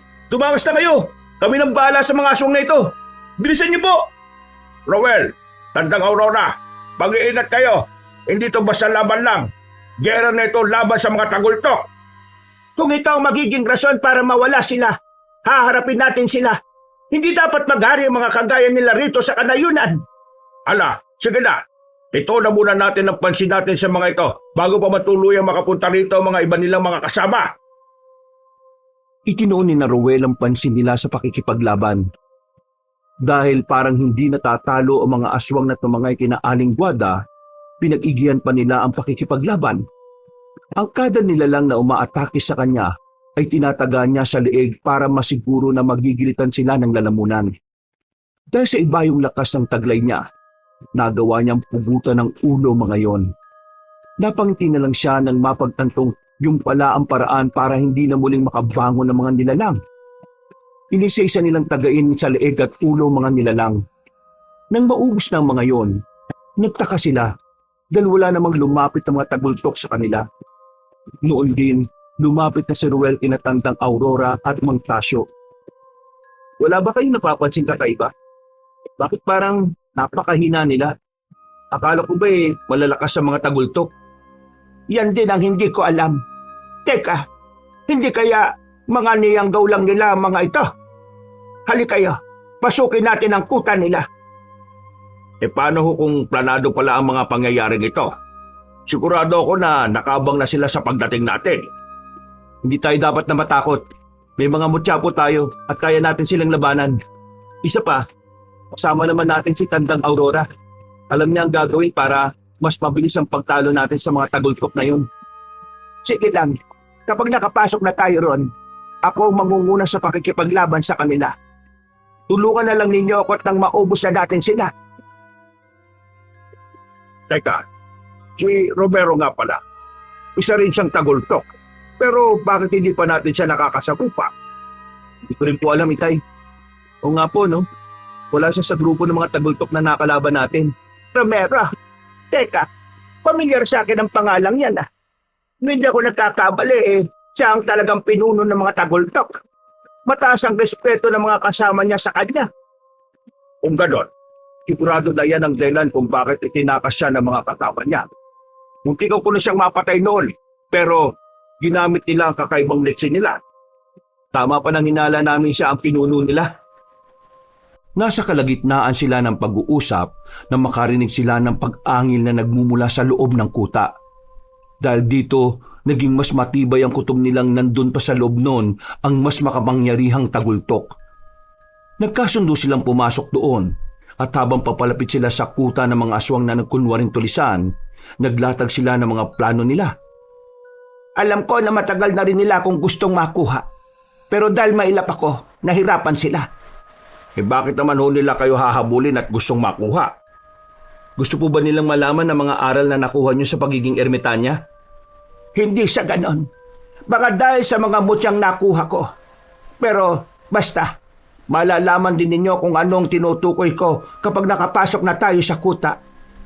Sige po, Tandang Aurora. Teka po, may natatandaan po ba kayong nympha ang pangalan? Kamag-anak man o kakilala? Teka, oo. May apo ko na nagngangalang nympha. Pero matagal ko na siyang hindi nakikita. Bakit? May kakilala ba kayong ganyan ang pangalan? Kilala ba ninyo siya? Asawa ko po siya. Nabanggit po niyang kayo raw ang lola niya. Ang apo ko? Kaya pala ganito na lang ang kagustuhan kong tulungan kayo. Siguro lukso ng dugo ang nararamdaman ko. Matagal ko na siyang gustong makita.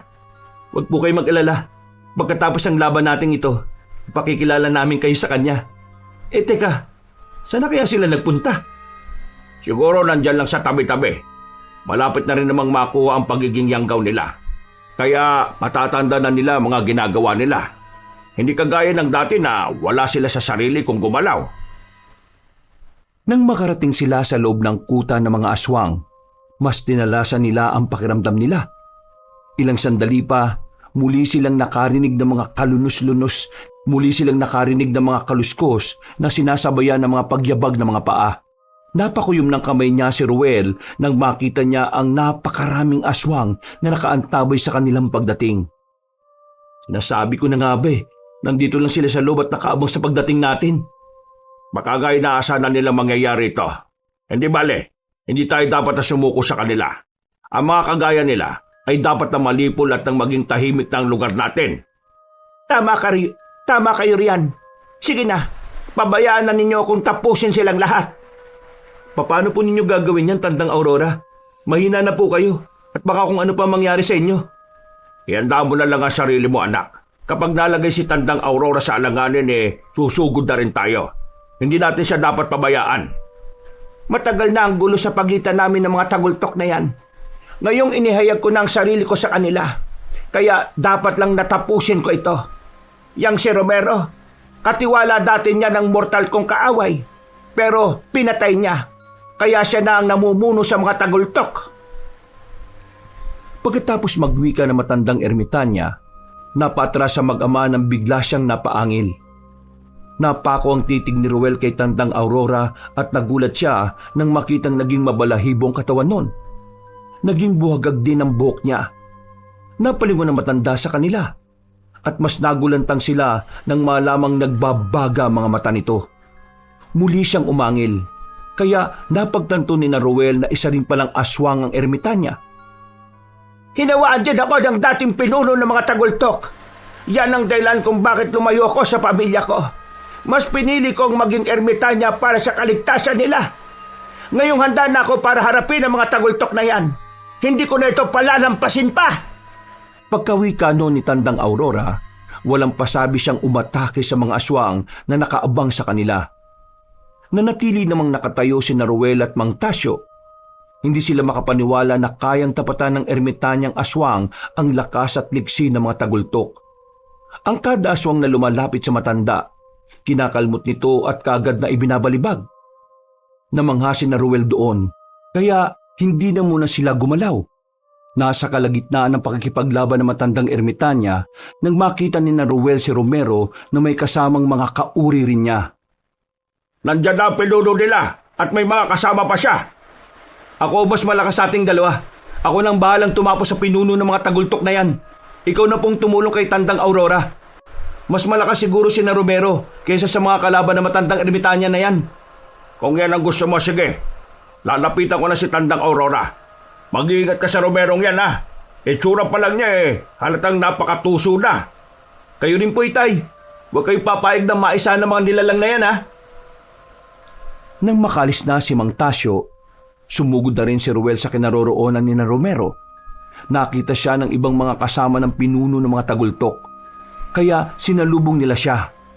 Gamit ang kanyang itak, buong tapang niyang nilabanan ng mga nilalang. Ang kada lumalapit sa kanya ay pinagtatataga niya at wala siyang naging pakialam kung saan sila matatamaan. Dahil may karga ng mga orasyon ng kanyang itak, naging baliwala ang kabal at kunat ng katawan ng mga tagultok. Habang nakikipaglaban, may iisang aswang na sumusubok na sunggaban siya. Pero bago pa man sila magtagumpay, nagagawa na nilang ibalibag ang lalaki na naging rason para tuminapon sila sa malayo. Noon din, lumundag si Romero patungo sa mismong harapan ni Ruel. Hindi ko inaasahan na magiging ganyang kakagaling sa makikipaglaban. Unang tingin ko pa lang sa'yo kasi, napakahina mo. Ikaw ang may pakana ng lahat. Ikaw ang rason kung bakit nanging yanggaw si Nanay Guada at Nympha. Ngayon, pagbabayaran mo ang ginawa mo sa kanila. At sino ka naman para magwika sa akin ng ganyan? Ilang sandali na lang matatalo na ng mga kasama kong tagultok ang dalawa mong kakampi. At ikaw, pagpipestahan ka namin. kasama ng 2 yanggaw na sinusubukan ninyong iligtas. Hanggang sa panaginip lang ang lahat ng sinasabi mo. Hindi ko papayagan na mangyari yan. Tingnan mo matandang kasama namin. Isa siya sa lilipol sa inyo. Ha! Ang ermitanyang aswang! Nandito siya! Ay mabuti kung ganon. Magsasama-sama kayong lahat at dito na kayo ililibing. Sa halip na magsalita, inatake niya si Romero. Napaangil naman ang aswang dahil sa ginawa ni Ruel. Naglaban silang dalawa. At kahit na maliksi ang nilalang, nagagawang tapatan ng lalaki ang bilis niya. Ilang beses pang sinubukang tagain ni Ruel ang pinuno ng mga tagultok. Pero nagagawa nitong makailag. Sinubukan din siyang sunggaban para sagpangin ng nilalang. Pero naipipihit niya ang katawan niya para ilagan ng ganung pag-atake ng aswang. Kalaunan, nakipagpambuno sila at ang bawat isa sa kanila ay hindi nagpapatalo. Hindi sa lahat ng pagkakataon makakailag ka, lalaki. Ikaw rin, may hangganan din ang liksi mo. Hindi mo pa gaanong kilala ang kalaban mo, aswang. Kilala kita. Amoy mo pa lang. Alam ko na nasa iyo yung mutya ng sarangay. Yan ba ang ipinagmamalaki mo? Hindi ako nagmamalaki sa'yo. Kung meron man ako may pagmamalaki, yun ay hindi ako naging kagaya mo. Ipinihit ni Ruel ang katawan niya. Bago pa man malaman ng pinuno ng mga tagultok ang gusto niyang gawin, binuhat niya ito at buong lakas na ibinalibag. Pagkabagsak ng aswang sa hindi kalayuan, tumakbo siya para bumwelo. Pagkalapit niya kay Romero, babangon pa sana ang aswang. Pero bago pa man nito magawa ang nais niya, tinadyakan na siya ni Ruel sa dibdib na naging rason para muli siyang mapahiga. Ang buong akala ko'y malakas ka eh. Umaasa ka lang pala sa mga kasamahan mo. Mahinang aswang! Naisan mo lang ako. Pero tingnan mo mga kasama mo. Hindi nila maisahan ang mga alagad ko. Ha? Hindi mo lang alam kung anong kaya nilang gawin, no? Huwag kang magmadali. Hintayin mo kung paano uubusin ni na tatay ang mga kasama mong tagultok. Tignan natin kung ano pa magagawa mo. Ah! Saktong pagkabaling ni Ruel ng pansin niya kay Romero, napaupo na ang aswang. Hinila siya nito. At dahil hindi yun inaasahan ng lalaki, nabuwal siya. Agad ay pinihit ang pinuno ng mga tagultok ang katawan niya at umibabaw siya kay Ruel. Ilang beses pa nitong sinubukang dukutin ang puso ng lalaki, pero tinatabig niya ang kamay ng aswang. Ngayon nasa ilalim na kita. Magiging madali na sa akin ang patayin ka. Kapag nadukot ko na ang puso mo, ipapakita ko sa mga kasama mo kung paano ko kakainin yan. Gawin mo kung anong gusto mo, pero huwag ka lang papalya dahil gaganti ako. Ipagdasal mo na lang ang kaluluwa mo at makasakaling maisalba pa yan. Ikaw ang magdasal, tagultok. Ipagdasal mo ang kaluluwa mong malapit ang mapunta sa impyerno. Sa hindi inaasahan ni Ruel, nagawang maidiin ng aswang ang mga daliri nito sa kanyang dibdib. Naramdaman niya ang matulis na kuko ni Romero, kaya humugot siya ng lakas at itinulak ang aswang. Hindi yun inaasahan ng pinuno ng tagultok, kaya agad siyang napaatras. Bago pa man ito makasugod ulit kay Ruel, dinampot na ng lalaki ang itak niya. Susugurin na sana ng lalaki si Romero pero narinig niya ang pag-ungol ni Tandang Aurora at ng Tatay Tasyo niya. Nalaman niyang nadakip sila ng mga aswang at nakaamba ang mga yon na kagatin ang leeg nila. Dahil dito, sa halip na ituloy niya ang gusto niyang gawin, pinili niyang lapitan ng dalawa niyang kasama para iligtas. Pakawalan niyo ang tatay ko at ang matandang yan! Kung hindi, papatayin ko ang pinuno niyo! Anak, umalis ka na lang dito. Hanapin mo ang nanay at ang asawa mo. Sila ang iligtas mo. Dalhin mo na sila pauwi at huwag mong hahayaang makalabas pa sa bahay natin. Hindi po! Ililigtas ko kayo ni Tandang Aurora. Hindi ako papayag na manalo mga tagultok na ito. Sila ang dapat na mamatay at hindi kayo. Sige na, Ruel. Makakaya namin ang mga aswang na ito. Sabihin mo na rin sa apo ko na mahal ko siya. Napatawarin niya ako kung sakaling pinili kong lumayo sa naging sitwasyon namin. Hindi ako papayag na may mangyaring masama sa inyo. Kayo ang una kong ililigtas. Ano? Hanggang drama na lang ba kayo riyan? Sige mga alagad, Ipakita niyo sa lalaking yan kung paano niyo patayin ang dalawang kasama niya. Sige! Iginala ni Ruel ang paningin niya sa paligid.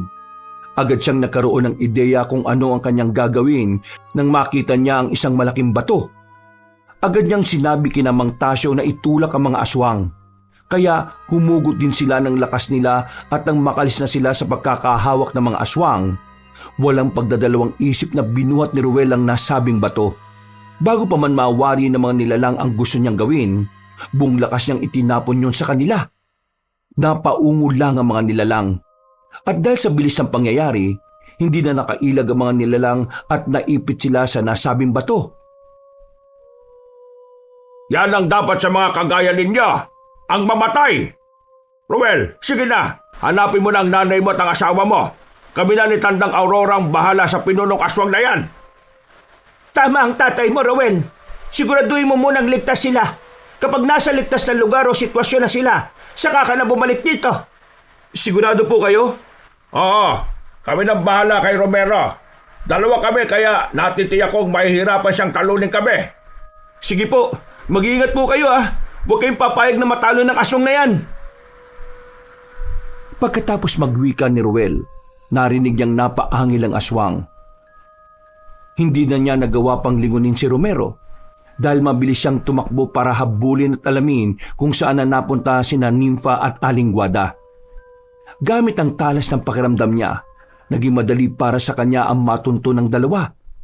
Nang mga panahong yun, naglalakad na sila at nagpalit ng anyo sa pagiging tao. Mas binilisan niya ang pagtakbo niya hanggang sa makalapit siya roon. Ruel, nasaan ang tatay mo? Bakit hindi mo siya kasama? Nandun po sila sa kuta ng mga tagultok. Kasama po niya si Tandang Aurora, ang lola ni Nympha. Kasama niya ang lola ko. Baka kumapano sila, Ruel. Tulungan natin sila. Gusto ko pa siyang makita. Oo, pero ako lang. Tutulungan ko sila. Pero ihahatid ko muna kayo sa bahay natin. Kailangan masiguro ko muna ang kaligtasan niyo bago ako bumalik sa kuta ng mga tagultok. Kung ganon, tayo na. Hindi na rin naman siguro tayo masusundan ng mga aswang na nagkukunwaring tulisan. Hindi ba, Ruel? Bumalik ka na sa tatay mo. Kami na ang bahalang umuwi. Hindi na rin naman siguro kami masusundan ng mga aswang na nagkukunwaring tulisan. Hindi ba? Ruel, bumalik ka na sa tatay mo. Kami na ang bahalang umuwi. Pero baka po kung mapano kayo ni Nympha, inay. Huwag ka mag-alala, Ruel. Siguro, tumatalab na sa amin yung gamot na pinainom ninyo. Mukhang bumabalik na ako sa katinoan. Kahit kanina na naging anyong baboy ako, alam ko rin kung ano ang nangyayari. Ako rin. Kahit na ano ang gawin ko, parang hindi ko pa kayang manlaban. Pero ngayon, alam ko na bumalik na ako sa dati. Katulad din ako ni Nympha. Sigurado na wala na rin ang kung anumang epekto ng yanggaw sa amin. Kung ganon, sige po, kayo na lang bahalang umuwi. Babalikan ko muna sina tatay at Tandang Aurora. Kailangan ko silang tulungan. Dahil baka kung ano pa mangyari sa kanila eh. Noon din, umalis sina Aling Guada at Nympha. Binaybay nila ang daan pauwi sa kanilang bahay. Nang medyo malayo na ang dalawa, nagpasya na si Ruel na balikan ng tatay niya at ang matandang ermitan niya. Binilisan niya ang pagtakbo at namangha siya. Dahil kahit balikan na ang tinakbo niya, hindi pa rin siya nakaramdam ng pagod. Pagdating niya sa kuta ng mga aswang, napatiimbagang siya nang makitang nakandusay na sa lupa si Mang Tasyo. Habang nakikipaglaban naman si Tandang Aurora sa nilalang, minabuti na muna niyang puntahan ng tatay niya at alamin ang kalagayan nito. Itay, ano nangyari? Ayos lang ba kayo? Oo, ayos lang ako anak. Sumakit lang ang likod ko dahil ibinalibag ako ng pinuno ng mga tagultok eh. Walang hiyang aswang yan. Hindi ko akalaing malakas pala siya. Sigurado po kayo, ayos lang kayo ha. Pinauwi ko na nga pala sila inay. Mukhang maayos na kasi ang kalagayan nila eh. Ay mabuti kung ganon. Ay teka, mukhang alanganin ng sitwasyon ni Tandang Aurora sa aswang na yan. Mas malakas at mas maliksi si Romero sa kanya. Hindi maaari. Kailangan matalo natin siya. Hindi na dapat inahayaang mabuhay pa yung katulad niya. Eto anak, kunin mo mo siyang ibinigay sa akin ni Tandang Aurora. Ikaw ang gumamit ito para matalo na ang aswang na yan. Hindi sana tatanggapin ni Ruel ang mutya ng ama niya, pero narinig niya ang pag-ungol ni Tandang Aurora. Naalala niya si Nympha at ang kagustuhan nitong makita ang lola niya. Dahil dito, kinuha na lamang niya ang mutya ni Mang Tasyo. Pagkahawak niya rito, naramdaman kagad niya ang reaksyon ng katawan niya roon. Napangiti siya at tumayo para harapin ang aswang. Nagulat pa siya nang makita niya kung paano ibinalibag ni Romero ang matandang ermitan niya na naging aswang. Dulot ng galit niya, sinugod niya ang pinuno ng tagultok at ng pagbuno silang dalawa. Magbabayad ka sa ginawa mo kina nanay at nimfa. Pati sila tatay at tandang Aurora gusto mo pang patayin. Ngayon, tingnan natin kung hanggang saan ang lakas at liksi mo. Dapat lang na mamatay ang katulad niyong mga pakailabero. Kung hinayaan lang sana ninyo ang pagkayanggaw ng dalawa ninyong kamag-anak, hindi tayo aabot sa ganito. At kami pa ngayon ang naging mali. Ang lakas naman yata ng tama mo. Talaga kayo, mga kagaya niyong may hilang nilalang ay ginagawa namin pagkain. At kahit pa na magagamot man ang pagkayanggaw ng dalawang babaeng kapamilya ninyo, hindi ko pa rin sila titigilan. Yan kung magagawa mo pa ang binabalak mo. Pagkawikan ni Ruel, sinuntok niya ang aswang. Tumilapon ang nilalang sa hindi kalayuan. Tumakbo siya para lapitan yon. Agad niyang inambahang tatagain si Romero kaya napaangil ang nilalang. Nasa ganong sitwasyon sila nang biglang nagkaroon ng bitak ang balat ng pinuno ng tagultok. Napako ang titig doon ni Ruel at sa isang pag-isap na mga mata niya, nakita niya kung paano nagbago ang anyo ng nilalang. O ano? Nagulat ka ba sa naging anyo ko? Hindi mo inaasahan na magiging ganito ako, no? Wala akong pakialam kung ano man ang anyo mo. Nandito ako para patayin ka at hindi para maging saksi sa kung ano man pagbabagong anyo na gagawin mo. Ha? Subukan mo, lalaki. Kahit na ilan pa ang motsang tangan mo, magiging baliwala yan sa akin. Noon din, buong lakas na tinaga ni Ruel ang pinuno ng mga aswang. Ganun na lang ang gulat niya. Nang mabasag ang kanyang itak nang lumapat ito sa balat ng nilalang. Napaangil naman si Romero at noon din, bumangon siya sa kabuong lakas na sinakal si Ruel. Akmang dudukutin na sana niya ang puso ng lalaki nang bigla siyang matigilan at mapaungol. Napangisi siya nang makita si tandang Aurora na nakatayo sa likod ng aswang. Napagtanto naman agad ng lalaki ang rason ng pag-ungol ng nilalang nang makita niyang tumago sa dibdib nito ang tungkod na matandang ermitan niya. Nabitiwan ni Romero si Ruel, kaya pumunta siya sa tabi ni tandang Aurora. Yan ang nararapat sa mga aswang na kagaya niya. Ang akala niya siguro ay tatalabang kabal at kunat niya sa tungkod ko. Ha! Nagkakamali siya! Marahil, nagawa mong itarak sa akin ang tungkod mo. Pero hindi mo mababago ang katotohanan na isa ka ng aswang. Walang kahit na anong gamot ang makakalulas diyan. Kung mamamatay ka na, mamatay ka na! Huwag kang puro satsat! Tandang Aurora, ako na pong tatapos sa kanya. O siya, sige. Ikaw na ang humawak ng tungkod ko. Pupuntahan ko lang ang tatay mo at aalalayan. Masalamat kayo at kasama niyong ermitanyang yan. Kung hindi, baka kung ano pang... Manahimik ka na habang buhay, aswang! Hinugot niya ang tungkod at saktong pagkabagsak sa lupa ni Romero, buong puwersa niyang isinalampak sa bunganga nito ang tungkod ni tandang Aurora. Napaungo lang nilalang at humugot ng hininga. Pagkatapos noon, tuluyan na siyang nawalan ng buhay. Dahil liblib naman ang lugar na yon, nagpasya si Ruel na pabayaan na lang ang mga katawan ng aswang. Alam niyang kakainin naman yon ng mga ligaw na hayop. Kaya hindi na niya inilibing pa o sinunog. Nilapitan niya ang tatay niya at si tandang Aurora at minabuti nilang umuwi na.